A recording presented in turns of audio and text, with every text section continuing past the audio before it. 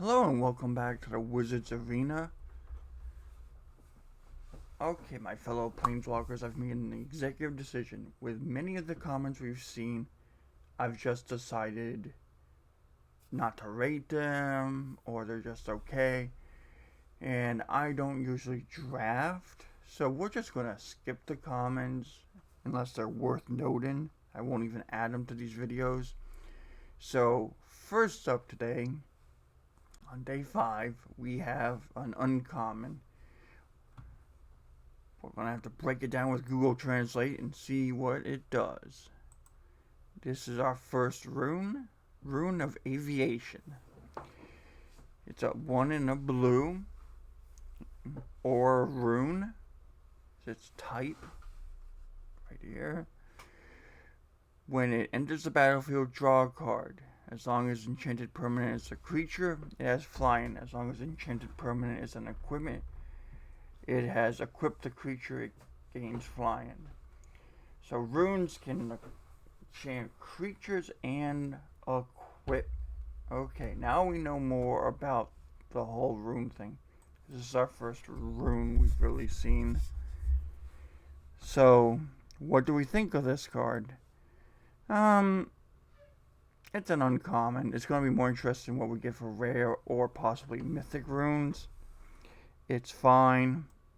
You know, cantrips, gives evasion, good in draft. It's a 5. Next up, we got another Google translation incoming. Oh baby. Blood Sky Berserkers. Colorless and a black for a 1/1.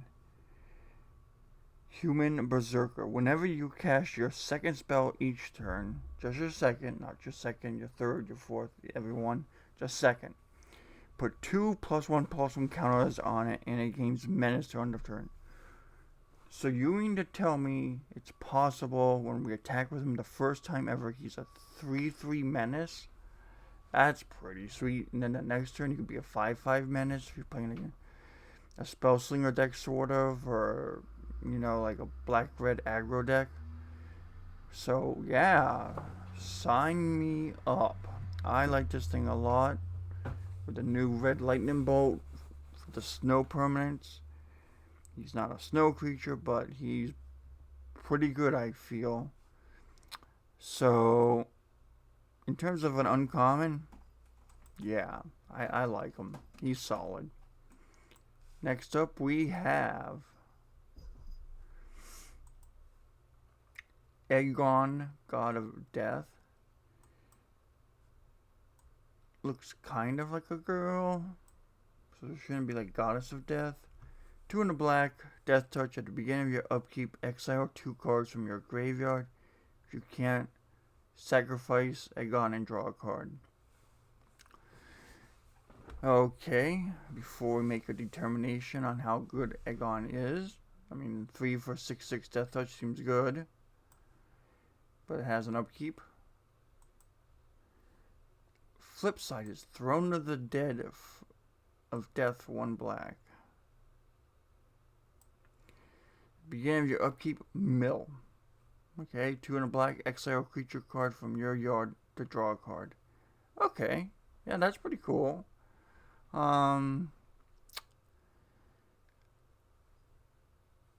Now, one thing I want to check on is people have been saying that you can cast this as its equipment, as its artifact from the command zone. But when Zendikar was first spoiled, they said you couldn't. So we're going to have Wizards finally give us clarification when the Vortex comes out, because that's going to be kind of important. But for this card, the Throne's solid, and then the God's pretty solid. She's really good that you can drop her as a blocker, and they can't do anything about the fact that, 3 for 6/6 Death Touch. So I feel like we're looking at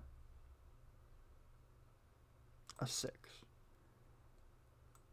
Probably a 7 in Commander if you get to use the artifact. So, good, you know, love it.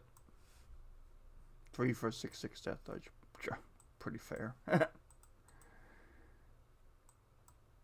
Degree Shadow. Each player sacks 2 creatures. Okay, we've had this before. And you can foretell it for the same amount. Nothing super exciting. It's Barter and Blood again.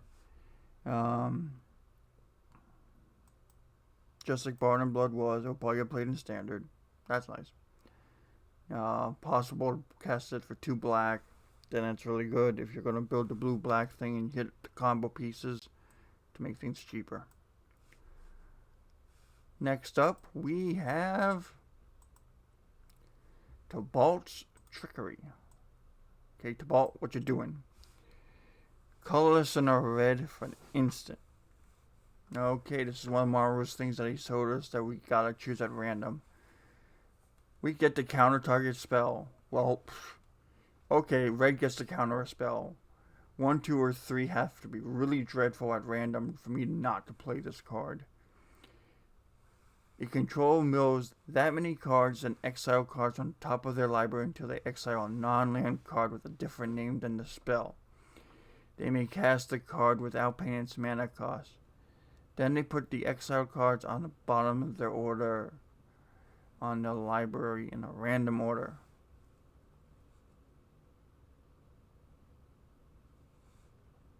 Okay.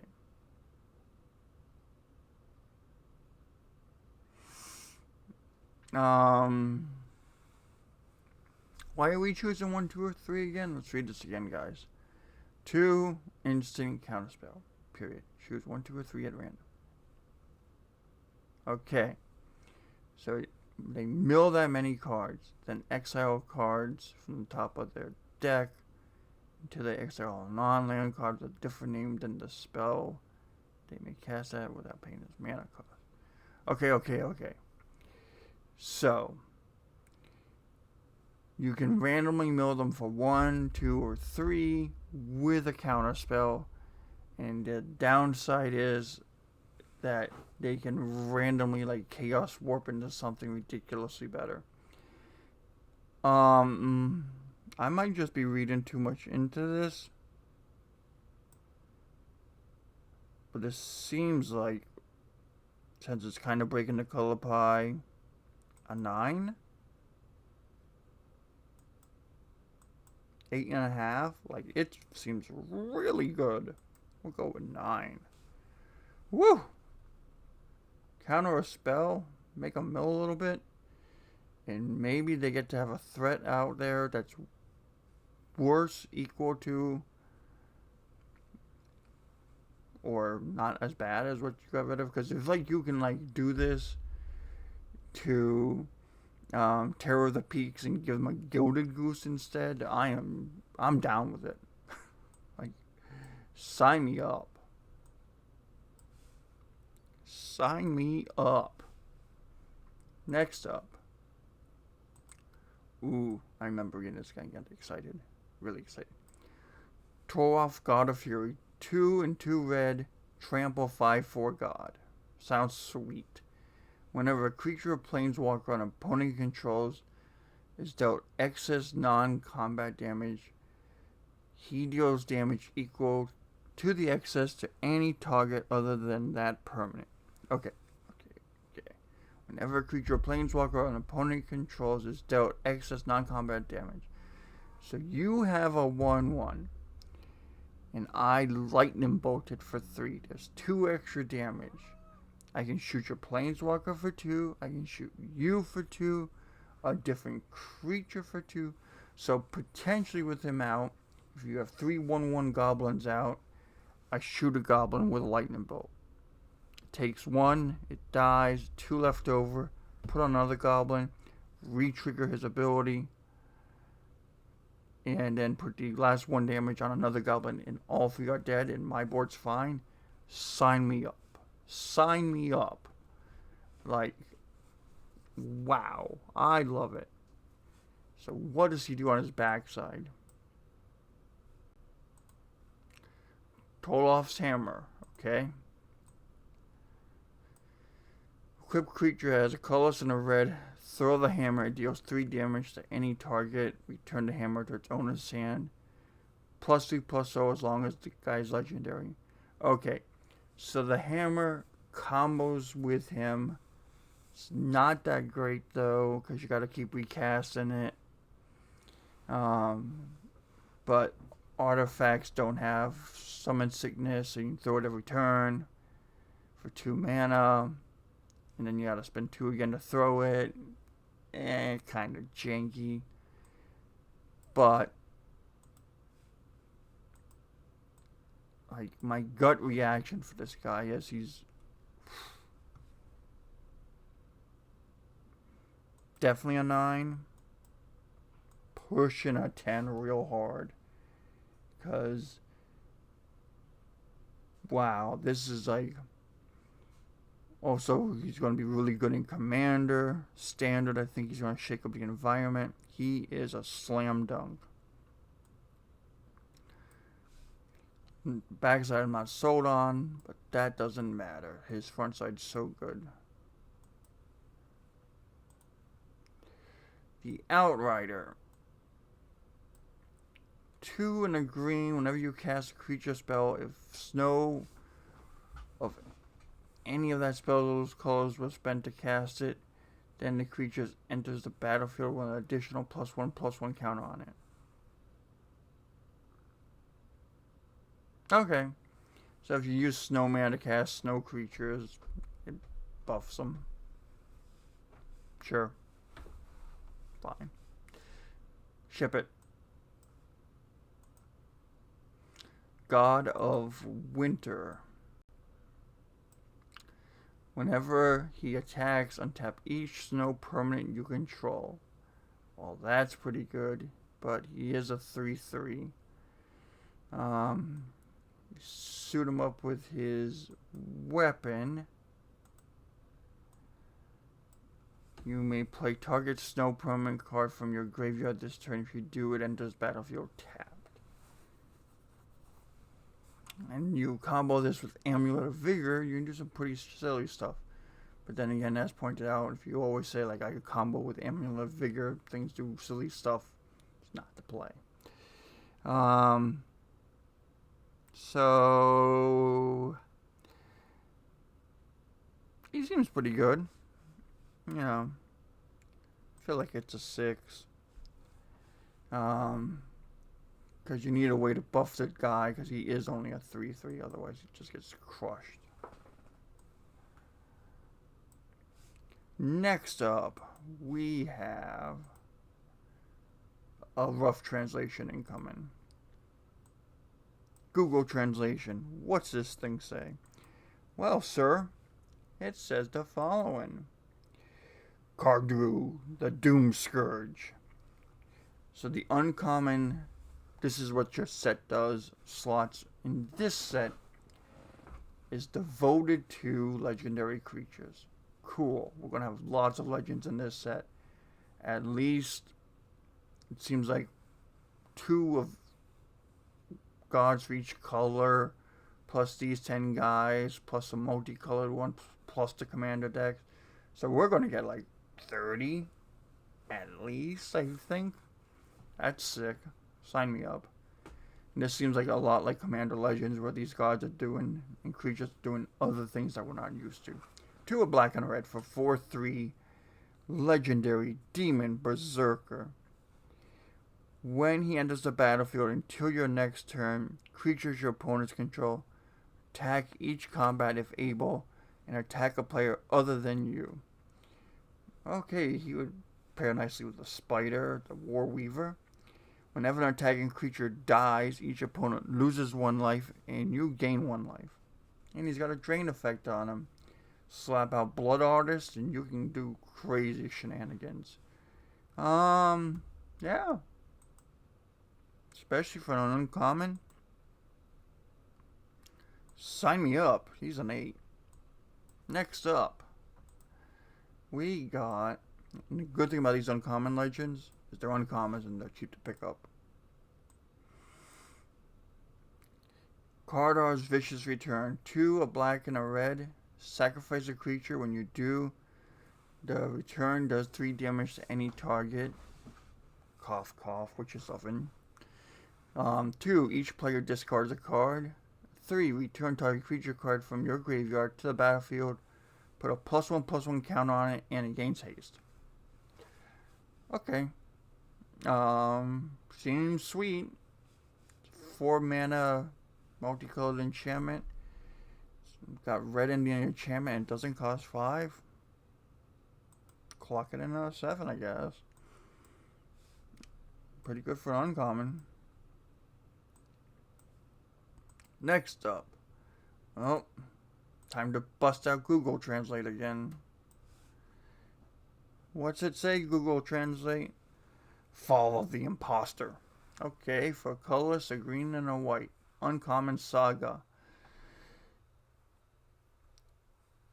1 and 2 both do the same thing. Put a +1/+1 counter on one target creature. Okay. 3. Exile a creature with the greatest power among creatures target opponent controls. So, kind of sort of like reprisal, is it? From alliances, 4 greater. Buff. Sort of like Path Exile. Yeah, it's fair. It's fine. I have no problems with this card. I probably wouldn't play it except in limited. It's a 5. Next up. Probably want to get a Saga of every color, huh? Which is fine too.